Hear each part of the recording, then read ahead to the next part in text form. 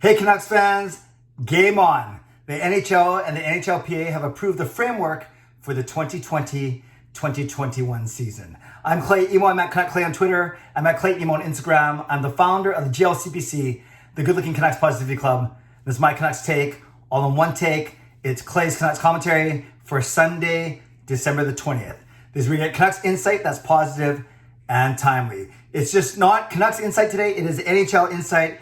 And it's certainly timely and it's certainly positive. In the past hour, the NHL, the NHLPA, they've agreed on the framework for the 2020-2021 season. I'm still going to do my Ask Me Anything vlog in a couple hours. You can see I got some new decorations in my home office. But today, let's just talk about some of the main points of this upcoming season. Approved, and it looks like we're ready to go. The season is going to be 56 games long. It's going to be January 13th to May the 8th. So it's just under 4 months. So we can see basically an average of a game every 2 nights.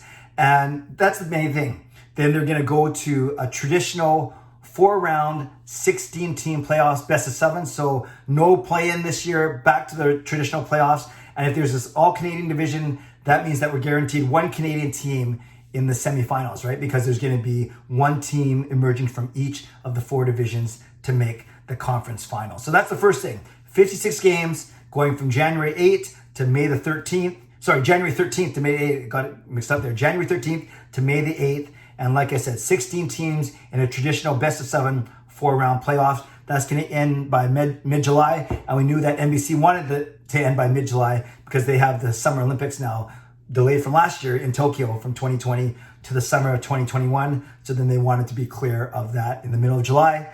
And then the hope is that they get to a more traditional hockey calendar in October of 2021 for the 2021-2022 season.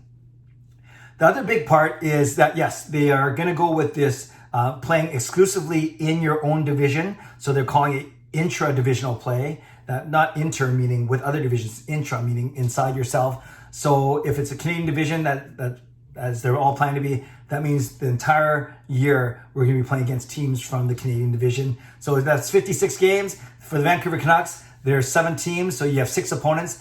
That means you're going to play every team 9 times, and then 2 of those teams you'll have to play 10 times. That's going to be a lot of hockey against, say, like a Calgary or Edmonton or Toronto, Montreal, Ottawa, Winnipeg, whatever it is. But yes, it's going to be exclusively intra-divisional play, and that's to minimize team travel as much as possible.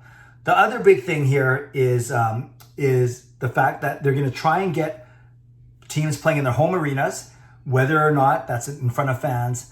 But they do say the very last line of their statement, it says, however, depending on prevailing conditions, both in local markets and across North America, the league will be prepared to play games in one or more neutral site venues per division should it become necessary. Fascinating. 1 or more neutral site venues per division. So it's not like it sounds like they don't want to put a team like Vancouver, for example, in a city in the States exclusively. Rather, they would move instead towards a more neutral site venue, more hub-like venue, as opposed to simply displacing a Canadian team and putting them somewhere in the States. And that would make sense, as we talked about over the past couple of days quite a bit, if, say, if BC won't allow hockey to be played, instead of moving Vancouver to a city in the States, you'd rather move them into another team in Canada, or at least do a Canadian hub. That way you keep the Canadian division all together. So we're gonna have a lot to talk about over the next couple of weeks as training camp is gonna open on